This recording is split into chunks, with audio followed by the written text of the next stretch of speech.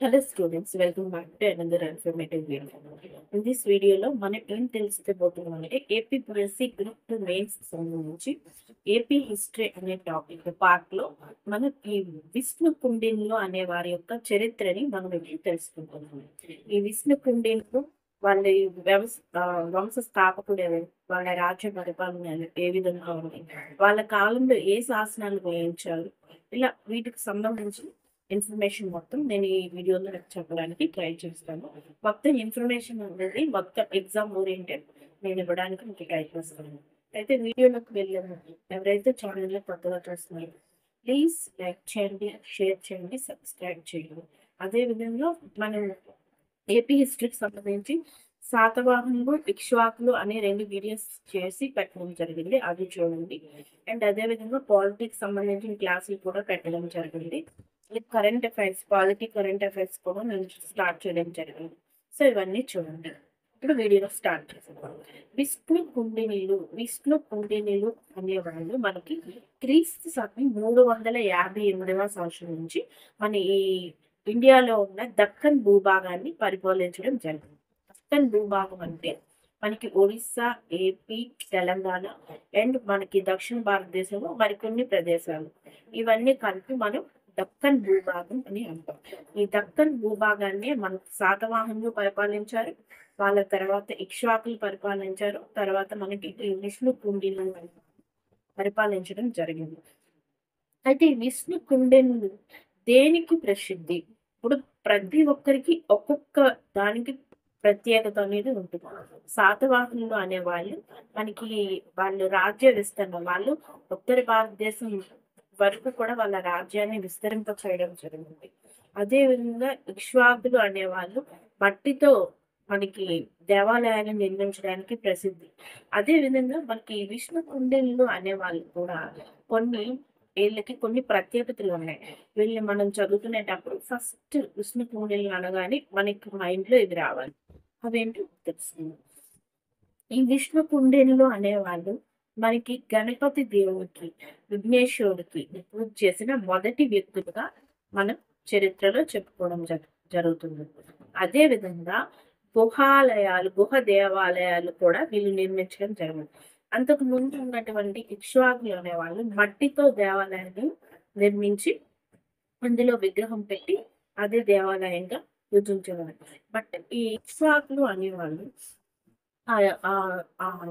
ఈ దేవాలయాన్ని మనకి మట్టితో చేయడం వల్ల వరదలు అవి వచ్చేటప్పుడు అది మొత్తం శిథిలావస్థలో చేరుకోవడం జరిగింది. సో దానిలో ఉన్న రిమార్క్స్ ని దృష్టిలో పెట్టుకొని ఈ విష్ణు కుండినులు అనేవాళ్ళు ఇలా మట్టితో చేస్తే దేవాలయాలు అనేవి ధ్వంసమైపోవడం జరుగుతుందని వీళ్ళు ఒక పెద్ద రాయిని, ఒక కొండ దగ్గరికి వెళ్ళి పెద్ద రాయిని తీసుకొని దాన్ని తొలిచి ఒక దేవాలయంగా చేసి అందులో విగ్రహం పెట్టి పూజించేవారు. అదే విధంగా వీళ్ళు చాలా దేవాలయాలు అనేది, మన హిందూ దేవాలయాలు అనేది చాలా నిర్మించడం జరిగింది. వాటి కోసం మనం ఈ క్లాస్ లో డిస్కస్ చేద్దాం. ఫస్ట్ వీళ్ళు ఏ ప్రాంతాన్ని పరిపాలించారు? డక్కన్ ప్రాంతాన్ని వీళ్ళు పరిపాలించడం జరిగింది. మనం చెప్తున్నాం కదండి, హిస్టరీ అనేది ఏ విధంగా చదువుకుంటే మనకి ఏ విట్టుపోకుండా మొత్తం మనం కవర్ చేసుకోవచ్చు అనేది. వంశ స్థాపకుడు ఏంటి, రాజ్య చిహ్నం ఏంటి, వాళ్ళ రాజ లాంఛనం ఏంటి, రాజధానులు ఎక్కడ ఉన్నాయి, వాళ్ళ యొక్క శాసనాలు ఏంటి, వాళ్ళ రాజవాసీలు, వాళ్ళ మతం ఏంటి, వాళ్ళు ఏ విధమైన శాసనాలు వేయించారు, వాళ్ళ అమితం ఏ విధంగా అయింది, ఇవన్నీ కూడా ప్రతి ఒక్కదాని గురించి మనం ఈ వీడియోలో పూర్తిగా డిస్కస్ చేద్దాం.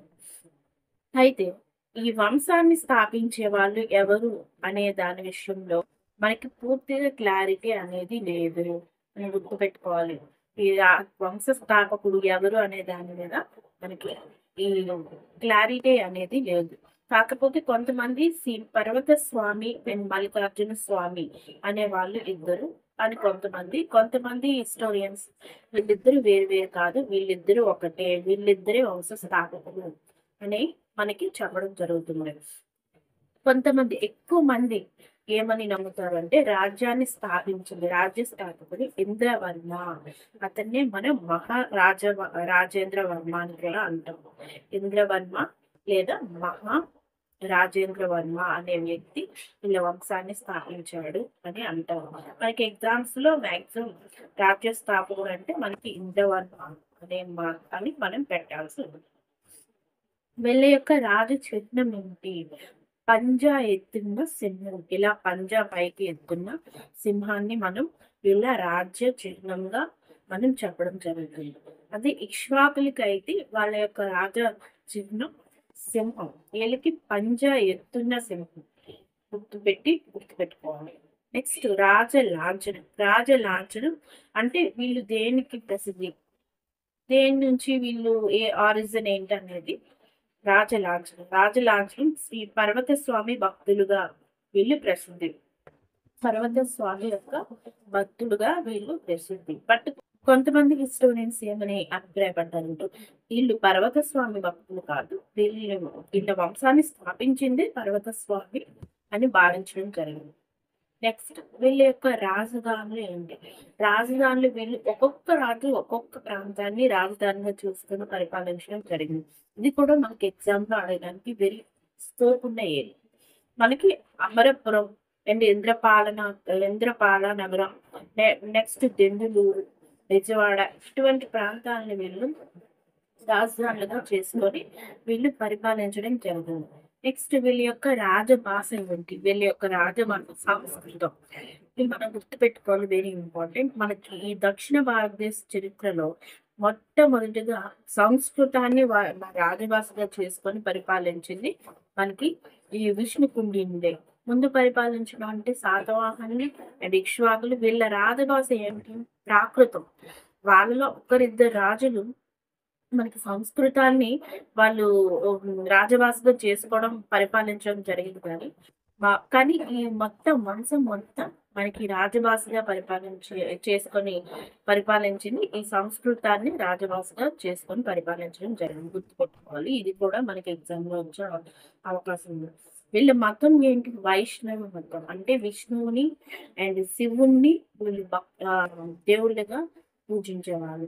నెక్స్ట్ వీళ్ళ ప్రత్యేకతలు గుర్తుపెట్టుకోవాలి. వీళ్ళ యొక్క ప్రత్యేకత ఏంటి అంటే నరబలి. నరుల్ని ఇప్పుడు మనం ఏదైనా మొక్కు ఉంటే మనల్ని పశువుల్ని బలిగా ఇవ్వడం చూస్తాం. బట్ నరుల్ని బలిగా ఇచ్చే అనేది వీళ్ళ కాలం నుంచి మనకి వెలుగులోకి రావడం జరిగింది.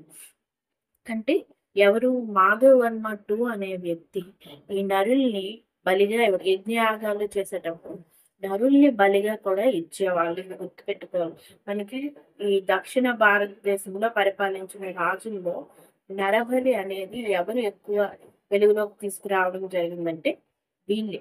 ఈ విష్ణుకుండినుడే నరబలిని ప్రోత్సహించడం. నెక్స్ట్ ఎందుకు వీళ్ళు నరబలిని ఎక్కువ ప్రోత్సహించారు అంటే వీరు సనాతన హిందూ మతాన్ని ఫాలో అవుతారు. అంటే మనకి శివుడు, విష్ణువు వీళ్ళే మనకి దేవుడు, వేరే దేవుడు లేవు అనే ధోరణిలో వీళ్ళు ఉంటారు. అంటే ఇంకా గాఢ హిందుతత్వాన్ని వీళ్ళు ప్రోత్సహించేవాళ్ళు. ఆ విధంగానే నరులు కూడా బలిచ్చేవారు. ఇందులో గొప్పవాడు ఎవరంటే మాధవ్ వర్మ II అనే వ్యక్తి. ఇతను గొప్పవాడు. ఇతను పరిపాలించే కాలాన్ని స్వర్ణయుగంగా కూడా చెప్పడం జరుగుతుంది. గుర్తుపెట్టుకోవాలి. ఈ విష్ణుకుండినులో అందరిలో పరిపాలించిన పాలకుల్లో స్వర్ణయుగంగా పేరొందింది ఎవరి కాలం అంటే మనకి మాధవ్ వర్మ II. నెక్స్ట్ చివరివాడు అనే వ్యక్తి కూడా మనకి వెరీ ఇంపార్టెంట్. చివరివాడైన వ్యక్తి మంచన భట్టారకుడు. అనే వ్యక్తి ఈ విష్ణుకుండినులు అందరిలో చివరివాడు. నెక్స్ట్ శిల్పకళ. ఇల్లు ఉండవెల్లి గుహలు అనేవి నిర్మించడం జరిగింది. చెప్పాం కదండి, ముందే మనం చెప్పుకున్నాం. గుహాలయాలు ఎక్కువగా నిర్మించడం జరిగింది వీళ్ళు. సో దానికి సంబంధించి శిల్పకళ అనేది ఒక శిలను చెప్తున్నారంటే అనేక రకాలైన శిల్పాలుగా వాళ్ళు చెక్కడం జరిగింది. సో పల్లవులకు కూడా ఈ గృహాలయాలు నిర్మించడంలో వీళ్ళే ఆదర్శం.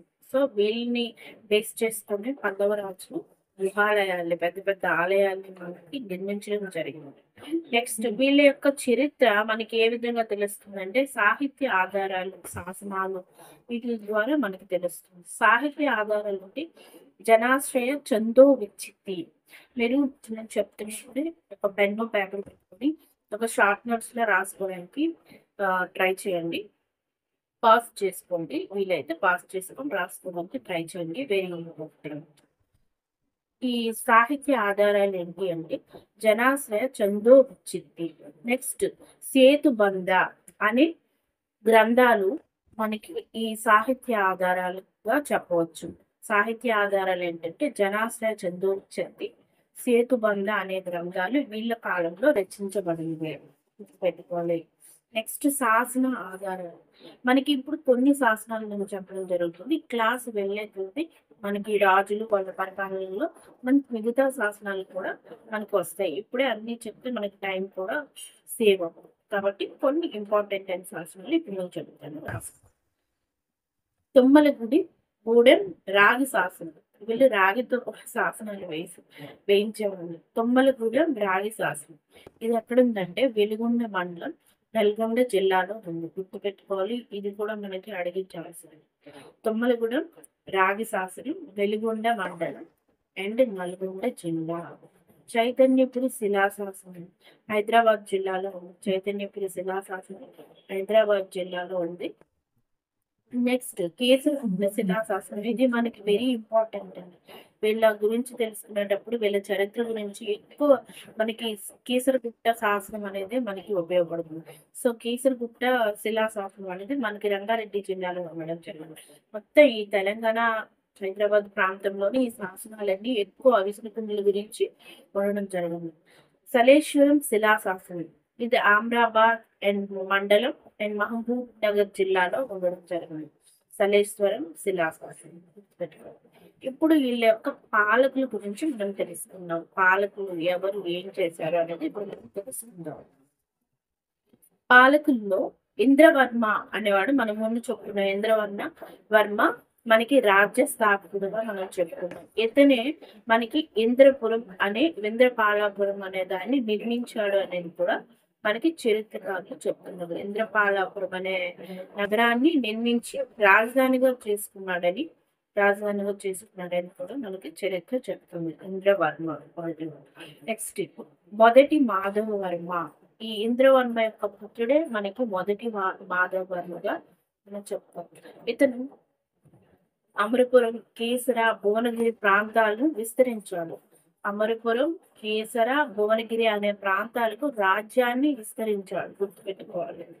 నెక్స్ట్ వాకాటకుల రాకుమార్తె అయిన రాకుమార్తెను ఇతను వివాహం చేసుకున్నారు. గుర్తుపెట్టుకోవాలి. వాకాటకుల రాజుల యొక్క రాకుమార్తెని వీళ్ళు గుర్తుపెట్టుకోవాలంటే వాకాటకులు అనేవాళ్ళు వీళ్ళకి సమకాలీకులుగా మనం గుర్తుపెట్టుకోవాలి.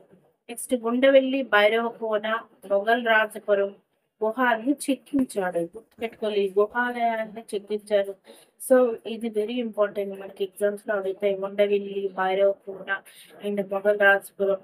ఈ గుహలను ఎవరు చెక్కించారంటే మనకి మొదటి మాధవవర్మ. గుర్తుపెట్టుకోవాలి. పోలుమూరు శాసనం ద్వారా ఇతనికి విక్రమ్ మహేంద్ర అనే బిరుదు కూడా ఉందని మనకు తెలుస్తుంది. చెప్పాను కదండి, ముందు కొన్ని శాసనాలు చెప్పాను. ఈ క్లాసెస్ లో ఇంపార్టెంట్ అయిన శాసనం అనేది మళ్ళీ మీకు చెప్పడానికి ట్రై చేస్తాను.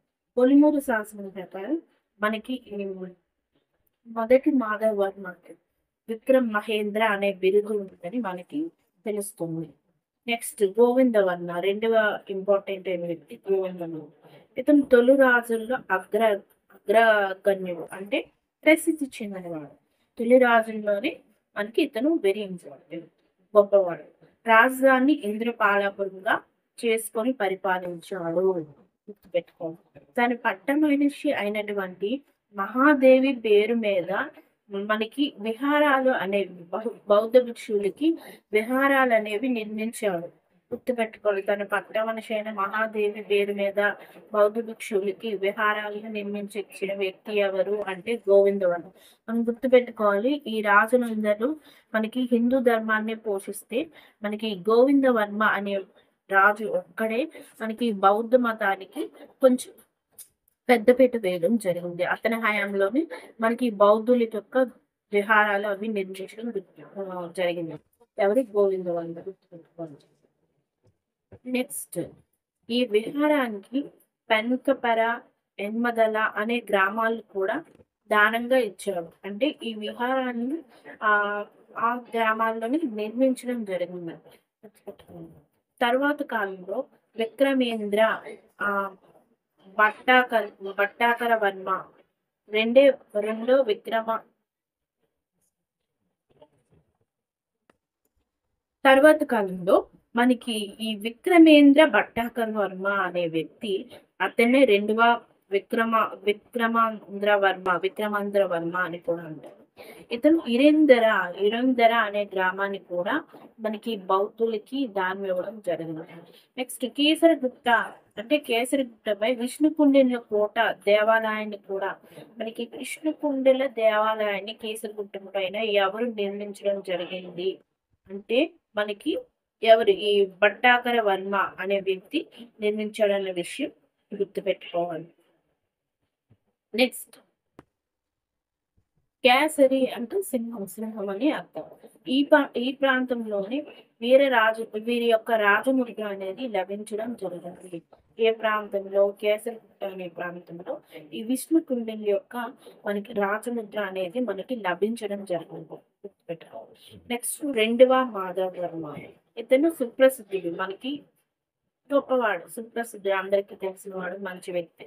మనకి రెండవ మాధవ వర్మ రాజ్యాన్ని నర్మదా నది వరకు కూడా విస్తరింపజేశాడు. రాజ్యాన్ని విస్తరింపజేసిన వ్యక్తి నర్మదా నది వరకు, అంటే రెండవ మాధవ వర్మ. మనం ఎక్కడికి కన్ఫ్యూజ్ అవుతాం? రెండవ మాధవ వర్మ, ఒకటవ మాధవ వర్మ, మూడవ మాధవ వర్మ అనే దగ్గర మనకి కన్ఫ్యూజ్ అవుతాం. కాబట్టి కొంచెం ఎక్కువ గుర్తుపెట్టుకోవడానికి ట్రై చేయాలి. మనకి రాజ్యాన్ని నర్మదా నది వరకు విస్తరించిన రాజు, విష్ణుకుండిల రాజు ఎవరంటే రెండవ మాధవ వర్మ. గుర్తుపెట్టుకోవాలి.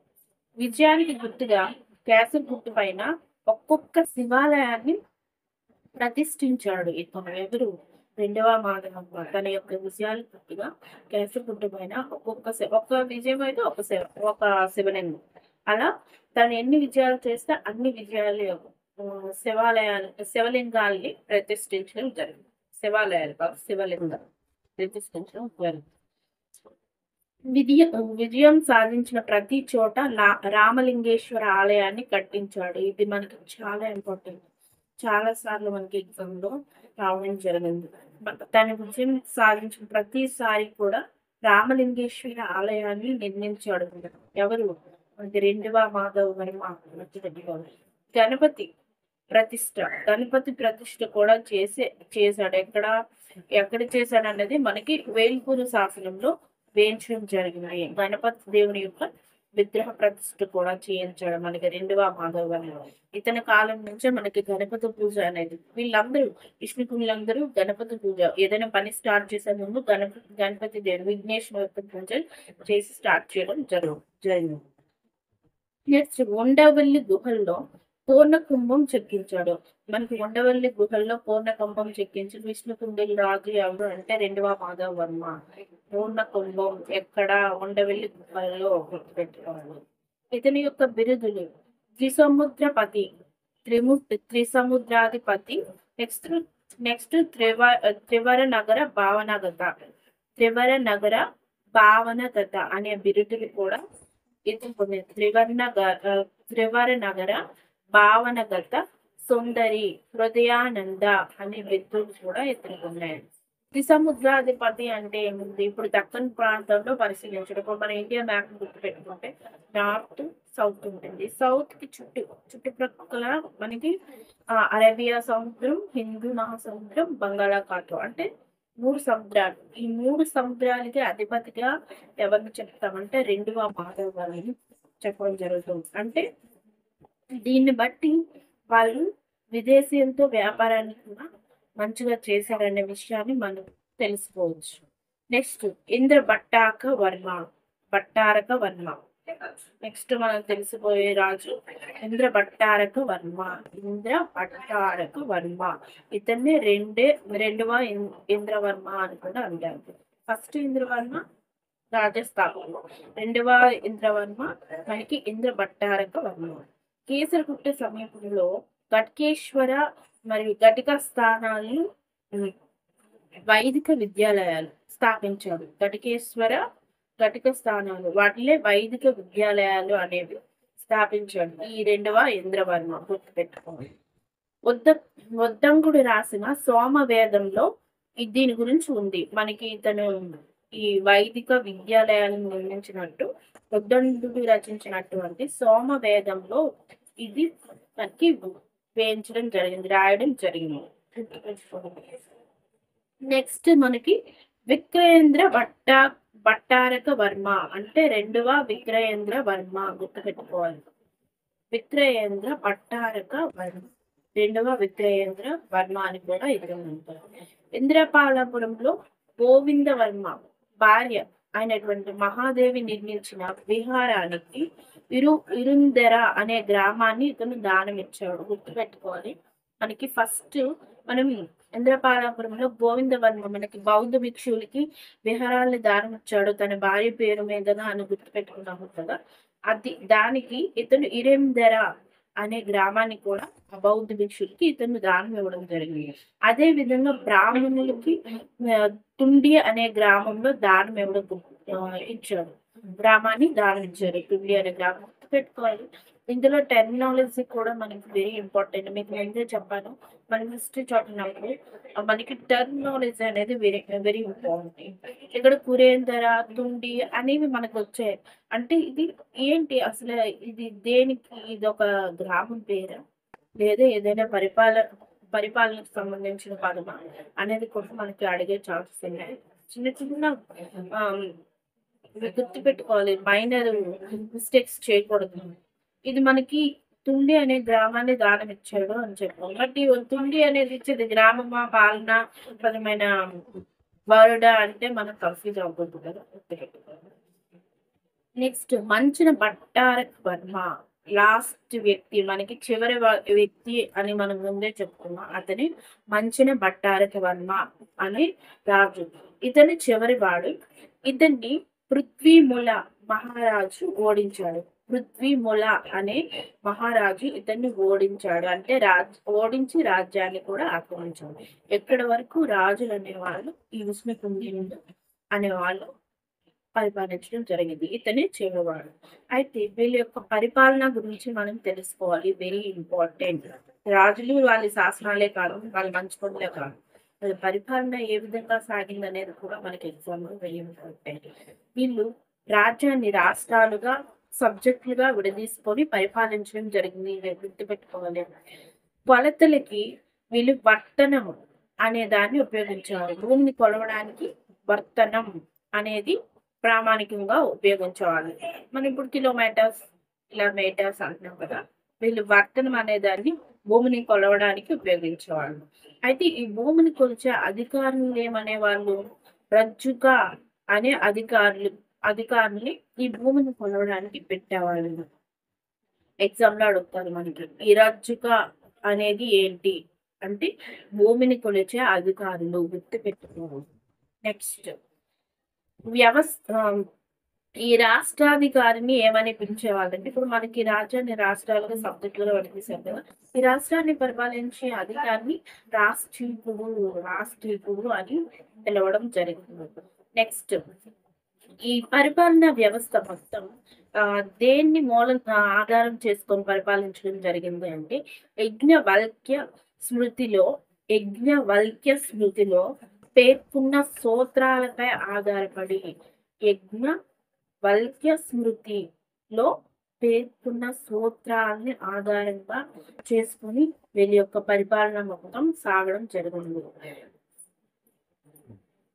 విప్రులకు అండ్ భూములను మరియు అగ్రహారాలను, విప్రులు అంటే బ్రాహ్మణులు, వీళ్ళు బ్రాహ్మణులకు భూములు మరియు అగ్రహారాలన్నా భూములే. వాళ్ళందరూ బ్రాహ్మణులు అందరూ ఒకే చోట ఉండి జీవనం సాగించడానికి వచ్చేవాళ్ళు అగ్రహారాలు. ఇవి దానం చేయడం జరిగింది. భూమి శిస్తు అండ్ శిస్తుని అంచనా వేసే అధికారులను ఫలదారులు అని అంటారు. భూమిపై వీళ్ళు శిస్తు పన్ను విధించేవాళ్ళు. మరి రాజ్యానికి ఆదాయం కావాలంటే పన్ను విధించాలి. సో భూమిపై శిస్తు విధించే అధికారులను ఫలదారులు అని అంటారు. గుర్తుపెట్టుకోవాలి. రజకులు అంటే భూమిని కొలిచే అధికారులు. శిస్తు విధించే అధికారులను ఫలదారులు అంటారు. గుర్తుపెట్టుకోవాలి, కన్ఫ్యూజ్ అవ్వకూడదు. కన్ఫ్యూజ్ అయితే మార్చుకోవాలి. నెక్స్ట్ ఆదాయాన్ని శెట్టి లెక్కించేవాడు. ఇప్పుడు మనకి ఆదాయం వచ్చి మనకి ఈ భూమి శిస్తు వల్ల ఈ భూమి శిస్తుని విధించే అధికారులు ఏమనే వాళ్ళు ఫలదారులు అనేవాళ్ళు. అయితే వాటి నుంచి వచ్చిన ఆదాయాన్ని లెక్కించేవాడు ఎవరు? శెట్టి. శెట్టి అనే వాళ్ళు ఆదాయాన్ని లెక్కించాలి, పెట్టుకోవాలి. కన్ఫ్యూజ్ అయిపోకండి. భూమిని కొలిచే భూమిని కొలవడాన్ని అధికారులు ఏమనే వాళ్ళు? భూమిని కొలిచే అధికారుల్ని రజకులు అనేవాళ్ళు. రజకులు. భూమిపై శిస్తు విధించే వాళ్ళని ఫలదారులు అనేవాళ్ళు. ఆ ఆదాయాన్ని లెక్కించే వాళ్ళని శెట్టి అనేవాళ్ళు. యుద్ధానికి వెళ్లే ముందు, యుద్ధం గెలిచాక వచ్చిన తర్వాత కూడా, అండ్ అమావాస్య పౌర్ణమి ఈ టైమ్స్ లో కూడా వీళ్ళు భూమిని దానాలుగా ఇచ్చేవాళ్ళు. గుర్తుపెట్టుకోవాలి. ఇది వీళ్ళ యొక్క పరిపాలన. అంటే వీళ్ళ పరిపాలన చాలా స్వర్ణయుగం అని అందుకే అన్నారు. వీళ్ళు దానాలు చేశారు భూముల్ని ఈ బ్రాహ్మణులకి, అండ్ ప్రతి ఒక్క పౌరుని తన సొంత బిడ్డలుగా చూసుకోవడం జరిగింది. సో అందుకని వీళ్ళ యుగాన్ని స్వర్ణయుగం అన్నారు. నెక్స్ట్ న్యాయపాలన. న్యాయపాలన ఇప్పుడు పరిపాలనే కాదు, న్యాయాన్ని కూడా మంచిగా ఇస్తున్నారా లేదనేది మనం తెలుసుకోవాలి. వీళ్ళ యొక్క న్యాయపాలన ఏ విధంగా ఉన్నది అనేది మనం తెలుసుకోవడానికి పొలిమూరు శాసనంలో ఒక పదం వీళ్ళ కోసం వేయడం జరిగింది. అదేంటనేది తెలిసి వీళ్ళ న్యాయం ఏ విధంగా ఉన్నది తెలుస్తుంది. ఏ విధంగా పొలిమూరు శాసనంలో వీళ్ళ గురించి వేయడం జరిగిందంటే, అవస్థిత విష్ట దివ్య అనే గౌరవనీయ బిరుదుతో మాధవర్మ త్రీకి ఇవ్వడం జరిగింది. గౌరవనీయ బిరుదు అవస్థిత విష్ట దివ్య అంటే న్యాయాన్ని పేద ధనిక అనే తారతమ్యాలు లేకుండా అందరికీ సమానంగా అందించేవాడు అని అర్థం. ఎగ్జాంపుల్ చెప్పాలంటే మనకి పాలకుడు అయినటువంటి వ్యక్తి యొక్క చిన్న కుమారుడు తప్పు చేశాడని తేలినందువల్ల అతనికి మరణ శిక్ష విధించాలి. అంటే అతని మరణ శిక్ష అమలయ్యే విధంగా చేశాడు. అంటే గుర్తుపెట్టుకోవాలి, పాలకుడైనా పేదవాడైనా ఇతని దృష్టిలో ఒకటే. కాబట్టి పాలన వ్యవహారాలే కాకుండా న్యాయం అనేది కూడా వీళ్ళు సక్రమంగా అవలంబించారు. న్యాయం కూడా స్వర్ణయుగం లాంటిది. అంటే తారతమ్యాలు లేకుండా ఇచ్చారని మనం తెలుసుకోవచ్చు. నెక్స్ట్ వాణిజ్యం. పాలన బాగుంది, న్యాయం బాగుంది. వాణిజ్యం కూడా మనం ఆల్రెడీ తెలుసుకున్నాం, శ్రీ సముద్రాధిపతి అనే ఒకరు. సో అదే విధంగా వీళ్ళు మన రెండవ మాధవర్లని త్రిసముద్రాధిపతి అన్నాం కదా. సో విదేశాలతో కూడా సముద్రం పైన వీళ్ళు వాణిజ్యం అనేది చేశారు. వీళ్ళ కాలంలో 16 రకాల నాణ్యాలు విభిన్న శ్రేణులు, అంటే చిన్నది పెద్దది అలా విభిన్న శ్రేణుల్లో 16 రకాల నాణ్యాలు అనేవి దొరికాయి. అంటే వీళ్ళు వర్తక వాణిజ్యానికి డబ్బులుగా మనకి నాణేలు అనేవి ఉపయోగించే వాళ్ళు అనేది కూడా మనం అర్థం చేసుకోవచ్చు. నెక్స్ట్ బౌద్ధ మతం. వీళ్ళ కాలంలో హిందూ మతం అనేది గొప్పగా విరజిల్లింది. హిందూ మతం మొత్తం ఒక సనాతన హిందూ ధర్మాన్ని వీళ్ళ యొక్క వాళ్ళ దైవంగా భావించే వాళ్ళు. అందులో ఉన్న ప్రతి ఒక్కటి వీళ్ళు ఫాలో అయ్యారు. అదే విధంగా బౌద్ధ మతాన్ని కూడా మనకి గోవిందవర్మ అనే వ్యక్తి మనకి బౌద్ధ మతాన్ని ప్రోత్సహించడం జరిగింది. సో ఈ బౌద్ధ మతం అనేది రాజ్యం అంతటా ఉన్నప్పటికీ బట్ ఈ వీళ్ళ కాలంలోనే క్షీణించిందని కూడా మనం చెప్పవచ్చు. రాజ్యం అంతా ఉంది, బట్ క్షీణ దశకు చేరుకుంది. కాబట్టి బౌద్ధ మతానికి చివరి దశగా ఈ విష్ణు కుండిల దశను చెప్పవచ్చు. కేసరగుట్ట పైన మహాయాన బౌద్ధానికి సంబంధించిన ఆనవాళ్ళు కూడా ఉండడం జరిగింది. మహాయాన బౌద్ధానికి సంబంధించిన ఆనవాళ్ళు కేసరగుట్ట పైన ఉండడం జరిగింది. మనకి కేసరగుట్ట అనేది శాసనాలకి, మనకి గుళ్ళకి, అండ్ ఈ బౌద్ధ ఆలయాలకి అన్నిటికీ ప్రసిద్ధి. సో కాబట్టి మనం గుర్తుపెట్టుకోవాలి. ఇది ఓవరాల్ గా విష్ణు కుండిల యొక్క చరిత్ర. మనం గుర్తుపెట్టుకోవాల్సింది, విష్ణు కుండిలు అనేవాళ్ళు దక్కన్ భూభాగాన్ని పరిపాలించారు. వీళ్ళు క్రీస్తు సగం 358 నుంచి పరిపాలించడం జరిగింది. శాతవాహనులు ఇక్ష్వాకుల తర్వాత ఆంధ్ర తెలంగాణ ప్రాంతాన్ని, దక్కన్ ప్రాంతాన్ని పరిపాలించిన రాజులు నెరవల్ని ప్రోత్సహించారు. గుహాలయాలు నిర్మించారు. అండ్ గణపతి దేవుడి యొక్క పూజలు స్టార్ట్ చేశారు. అండ్ సంస్కృతాన్ని వాళ్ళ లాంగ్వేజ్‌గా అధికారిక భాషగా చేసుకొని పరిపాలించడం జరగడం. వంశస్థాపకుడు ఎందవర్మ, చివరి రాజు ఎవరంటే మంచిన భట్టారకుడు అని ఇవన్నీ మనం గుర్తుపెట్టుకోవాలి. ప్రతీది మనం చదివింది వేస్ట్ అవ్వకూడదు. అన్నీ ఒక చిన్న స్టోరీలో మనం గుర్తుపెట్టుకుంటే గుర్తుంటుంది. ఎగ్జామ్‌లో ఏమో మర్చిపోకండి. ఇది అయిపోయిన వెంటనే మనం ఈ గూగుల్‌లోని ఎందులోనైనా విష్ణు కుండినుల పైన ఎంసీక్యూస్ ఆన్ విష్ణు కుండినులు అని టైప్ చేస్తే మన వీళ్ళ పైన కొన్ని ఎంసీక్యూస్ వస్తాయి. మనం మన మన నాలెడ్జ్‌ని తెలుసుకునేదంతా సరిపోతుందా? లేదా ఇంకేమైనా ఎక్స్‌ట్రా ఏమైనా తెలుసుకోవాలంటే మనకి ఆ ఎంసీక్యూస్ రూపంలో మనకు తెలుస్తుంది. ఓకేనండి. All the best. Thank you.